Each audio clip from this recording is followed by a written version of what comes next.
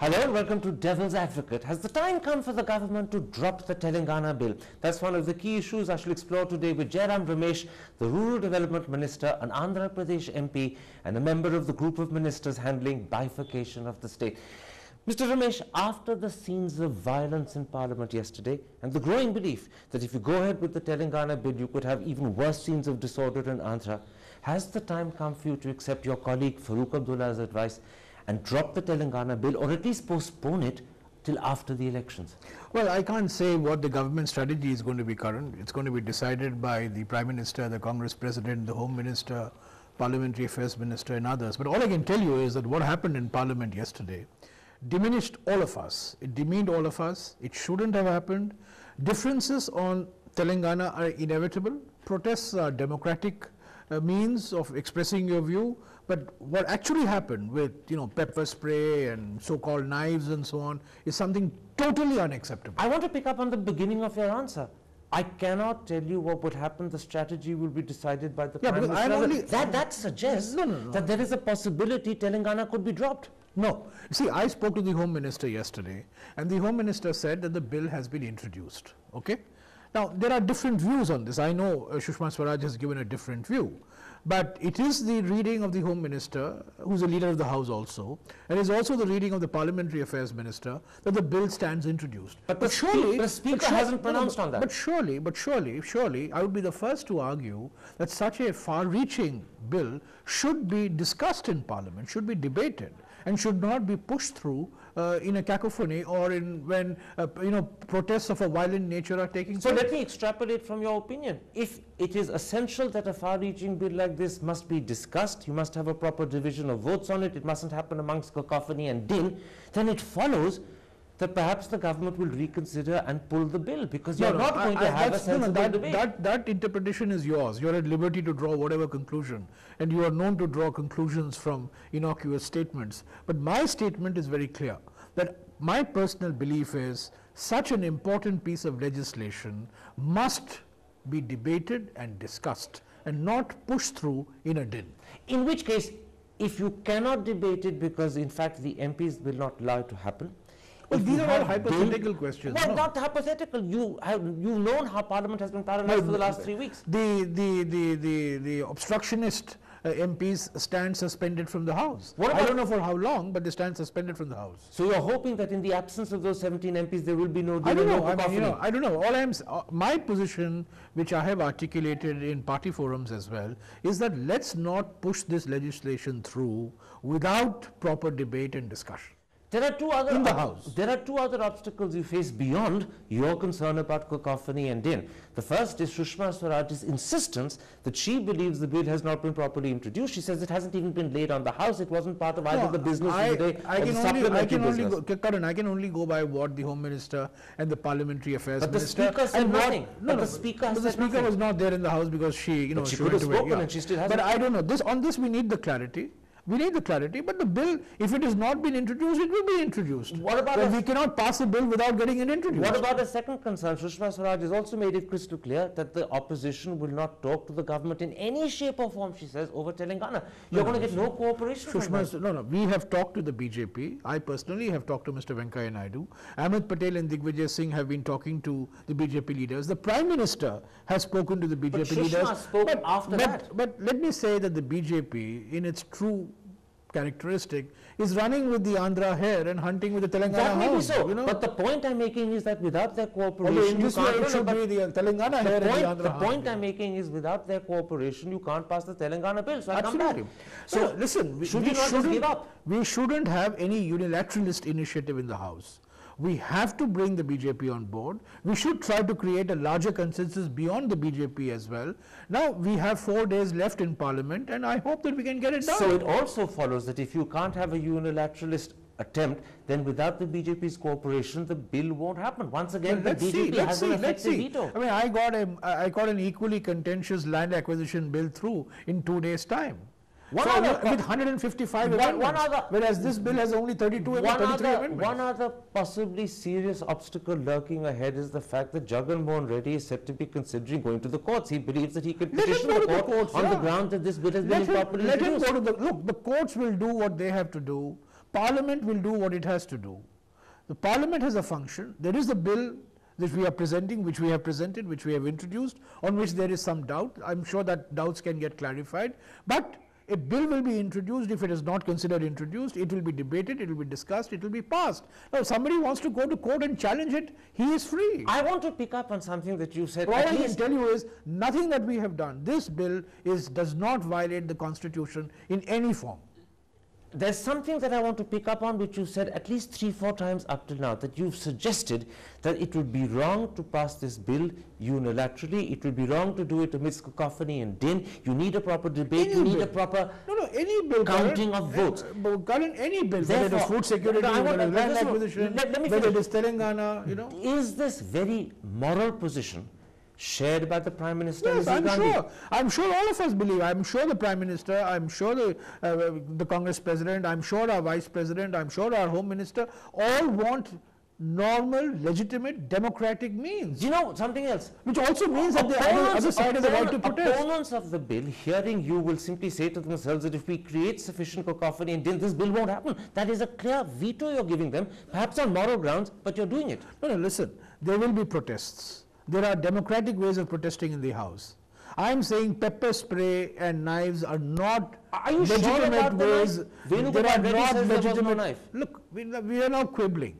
Okay, pepper spray I saw. I was a victim of the pepper spray, and I think the member of Parliament, whichever party he belongs to, whatever his democratic right of protest, I think by using a pepper spray has really demeaned himself in the House as well. 2 quick questions on Telangana before I change subject and take a break. The first is that not just the BJP, but practically every party in Parliament blames Congress for the scenes of chaos and violence in Parliament on Thursday. Let me finish. They say that you were aware of what was happening. You deliberately didn't prepare. This was calculated negligence. There is absolutely no Byzantine conspiracy. There is a deep divide in the Congress party. Yes, our Telangana MPs want the state. Our Andhra MPs, the Seemandhra MPs, the MPs from coastal Andhra don't want the state. Yes, there is a divide. There is a divide in the TDP. There is a divide. Are you sure? The CPI wants the state. The CPM doesn't want the state. The question I'm asking is, all the preparations in Parliament suggested that there was a real knowledge that something would happen, and yet the government deliberately this is a Byzantine conspiracy theory that Congress, in some Machiavellian way, masterminded all this chaos. This is what Sushma Swaraj alluded to. I think is absolutely hogwash. Looking back on the way Telangana has been handled by this government, many people, not just politicians, but many people across the board believe that your government has mishandled it, not just in recent weeks and months, but from December 2009 when Mr. Chidambaram made his midnight statement about Telangana. Can you, as an honest politician, accept that, with hindsight, this whole issue could have been handled better? Karan, December 7th, there was an all-party meeting chaired by the Chief Minister of Andhra Pradesh, 2009. December 9th, Mr. Chidambaram's statement. January 5th and January 6th, all-party meetings by Mr. Chidambaram with all political parties. Sri Krishna report. Before that, in 2004, our common minimum program committed ourselves to creation of Telangana. Through SRC. No, it does not. I was the author of the 2004 Congress manifesto. Give me some credit. Andhra give me some credit since I was the author of that document. The United Progressive Alliance will consider the formation of Telangana at an appropriate time after consultations and consensus. You are wrong, Karan, on this, because I was the let me put this to you. So let me answer your question. From 2004 onwards, this issue has been on the table.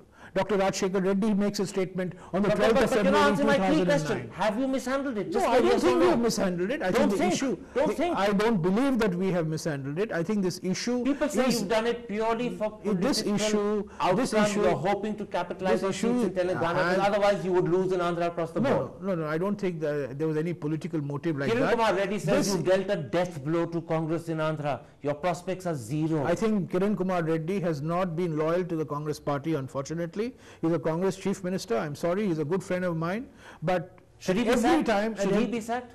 That's not for me to say, but I think he has really crossed the Lakshman Rekha of discipline as far as I'm concerned. He's crossed the Lakshman Rekha of discipline. As serious as that? Yes, I believe so. All right, let's take a break at that point. I want to come back and turn the subject completely. I want to talk to you about Rahul Gandhi and ask you, has he flopped badly as a result of the Times Now interview? That's in a moment's time.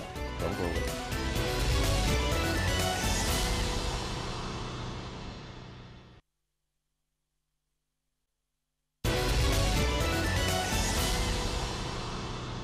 Welcome back to Devil's Advocate and an interview with the Rural Development Minister and one of Congress Party's key political strategists, Jairam Ramesh. Mr. Ramesh, let's come to Rahul Gandhi's interview to Times Now. Would you accept that he's damaged both his personal standing and image as well as the electoral prospects of the Congress Party? Absolutely not. Absolutely not. I think he has broken a long period of silence. This is his first public interview. It was baptism by fire, as it were. It's very Did he well, get scalded by the fire? It's very well known that Did he get scalded by the fire? There are two ways to get baptism by fire. One is Arnab Goswami, the other one is Karan Thapar. Did he get He scalded? chose Arnab Goswami. Did he get scalded no, I don't by think the so. fire? I think he answered all his questions with aplomb. He never lost his cool. He articulated what his vision was, what his values were. And I think if the questions were a little more substantive, maybe you would have had a much more constructive and a much more specific Rahul Gandhi on display. All right, let's then examine closely the impression that interview created. No doubt Rahul Gandhi was transparent and open, but many people feel he also appeared as a simpleton. No, and he also broke a long period of hibernation. That's very important, you know. Many people feel he appeared as a simpleton. Some thought he was uninformed. Others actually said he came out to be dim-witted.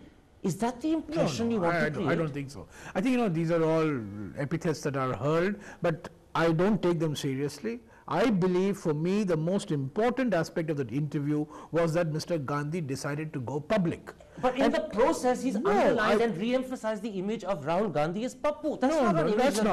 That's not true. You're being absolutely unfair. Just look at social network. Just look at social network. Listen, the young social India's calling him Pappu. Yeah, but social network, you know, words don't have much meaning in social networks. You use all sorts of meanings. Let me bring up something we else. all know how an army is used in social networks on behalf of a certain point of view. Many people feel that Rahul Gandhi had only two answers and he kept repeating them. I counted it. He spoke about RTI 8 times. He spoke about empowering women 10 times.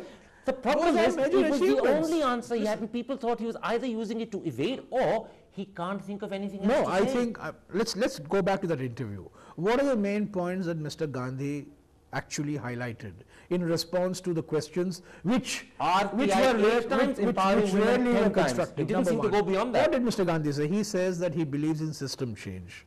He believes in youth. He believes in empowerment of women, and he believes that we need connectivity and then he said in order to bring people into the system. Empowering women 10 times, and he echoed it so much that people said RTI he doesn't have anything else to say. No, RTI is the means. But broad themes, what did he articulate? He articulated that the system needs to...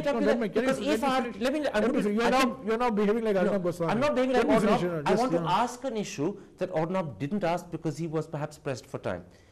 Rahul Gandhi went 90 minutes just a moment. Pressed for time?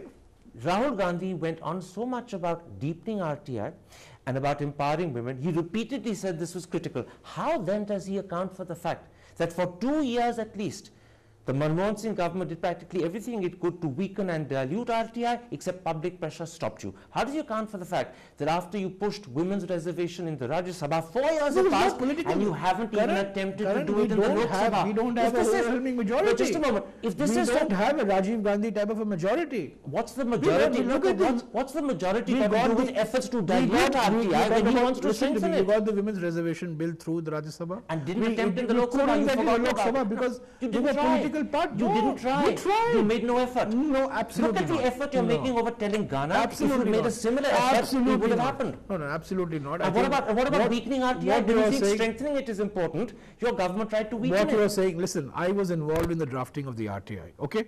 I was trying to weaken it thereafter. Let me tell you, I was closely involved in the drafting, in the conception of the RTI.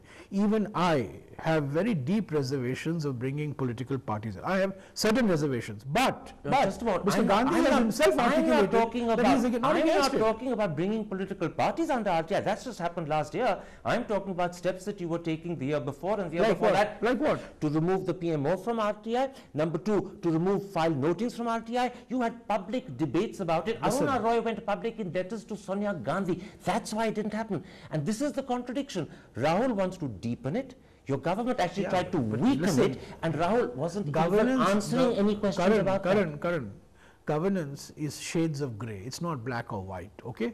RTI is a major revolution. We need to strengthen the RTI. But there are people today who are reticent, reluctant to take decisions, saying that, oh, because of RTI, you know, what I really believe will come into being. I'm not defending them. All I am saying is that, you know, one has to be careful that in the name of transparency and accountability, we don't bring decision making just a moment, to a grinding halt. that what Rahul Gandhi was talking about was deepening it, not sharing the concerns you have about how it works and what it does. Clearly, Mr. Gandhi, you're saying something very different to what Rahul Gandhi said. Mr. Gandhi himself said that he is in favor of bringing political parties under the ambit of RTI. Let me go beyond RTI. Let's leave this debate of RTI for the audience to judge. I want to come to 2 or 3 other things that Rahul Gandhi said, which not only were disconcerting, the empowerment of but women, also created controversy. First, he said that any alliance with the RJD would not be an alliance with an individual, but with an idea.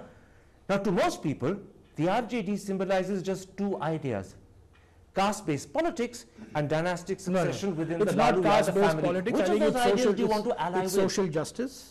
It's empowerment of the weaker sections, and the fact of the matter is our entire Bihar Congress unit, from top to bottom, wants an alliance with the RJD. Except for the fact that the RJD is one party where twice Lalu Yadav, when he's gone to jail, has handed power directly to Rabri Devi.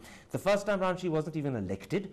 Thereafter, when he went to jail the second time, he handed power to his sons as well. If there's any party that symbolizes the cancer of dynastic rule more than Congress, is RJD. And yet, the Congress dynasty wants to ally with them. If you go into the history of the RJD and the anchors of the RJD, you see what RJD stood for was social justice. And how was empowerment of the OBCs, was empowerment of the Why intersections. wasn't he articulating But he articulated that. He didn't. In one line. No.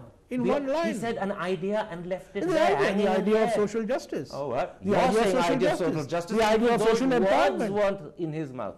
Let me take up something else that he said, which has disconcerted people. And I'm going to quote to you what he said. He said, the difference between the 84 riots and the riots in Gujarat was that in 1984 the government was trying to stop the riots. I was a child then. I remember the government was doing everything it could to stop the riots. Yes. That is simply untrue. No, that's not. That is absolutely true, because I was right here. Forgive me. Government, the Prime Minister was going around the city making an appeal. Within the army was called out. Jairam Ramesh, I'm so glad you mentioned the army. Let me point out the parallels. If Modi was reluctant to quell the riots, Rajiv Gandhi delayed calling out the army till the 3rd day. If Modi claimed every action has a reaction, Rajiv Gandhi came up with the big tree falls theory. If Modi demonized the Muslims, Rajiv Gandhi won an election frightening people about the Sikhs. If Modi had Maya Kodnani, Rajiv Gandhi had H.K. Allow me to say this. 1984 riots are a blot on all of us. It's a blot on the Congress. It's a blot on the nation. I don't think that you can...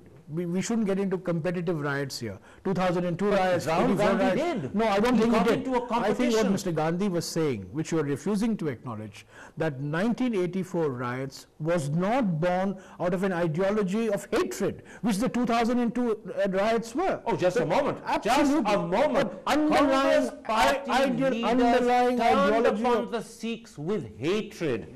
Look Listen, at the number it of was not Congress 60 party years of leaders who hatred, are alleged to please be- understand. No, it was happened not an overnight. ideology. Yeah, it And no, not just overnight. exactly. The hatred it was- happened overnight. The it hatred got was diminished building from the overnight. time the We were Asian Games re-elected happened in in 82. we were re-elected in Punjab. We lost Punjab. We won Punjab, where Sikhs voted for us. Sikhs voted against us. I'm not justifying the Would 84 Rahul riots. Gandhi not But have been all better I'm advised to apologize, to I- echo the apology that his Prime Minister has Listen, given? Simply say, I'm happy to apologize again. Why did he not? I think there is much to be stuck said. in his mouth. There is much to be said for an apology. There is much to be said for ensuring that justice is meted out to the people who are victims of the 1984 riots, in terms of compensation, in terms of bringing the guilty to book. But the basic point, which you're not allowing me to complete, is that the 2002 riots were born out of an underlying 60-year ideology of hatred and demonization Ramesh, of a particular community. you said something not very, the 1984 riots. You said something very but important. I'm not justifying in any way the 1984 You riots. said something very important at the beginning of your answer. There's much to be said for an apology. Do you think Rahul Gandhi should have apologized? There is much to be said for an apology. Should he have apologized? No, I can't say. He I was can't speak on his invited to- behalf. I can't speak on his behalf. The Prime Minister has apologized. The Congress President has apologized. If the only Congress Rahul President has Gandhi had apologized. too, the controversy Congress that emerged would not have happened. Mr. Gandhi has been to the Golden Temple. My last question. Unfortunately, whether Congress likes it or not, the election that's going to happen in May has become a battle between Rahul Gandhi and Narendra But they are Modi. not. And after But they are not. It's a battle between the Congress Party forgive me, in and the public BJP in some perception, it states, has the become Congress that. Party In and regional public- parties, and overall it's the Congress versus the In public RSS. perception, it's become a battle between the two of them. And I put it to you that after the Times Now interview, Rahul looks second best. Has that become a problem for you? No, I don't think so. I don't believe that this is a contest between Mr. Gandhi and Mr. Modi. It's a contest between the Congress and the RSS at its fundamental level, Congress and the BJP in some states at an operational level, and Congress versus regional parties in other All states. right, I'll let you have the last word. Thank you. Pleasure talking to you. At least the last word.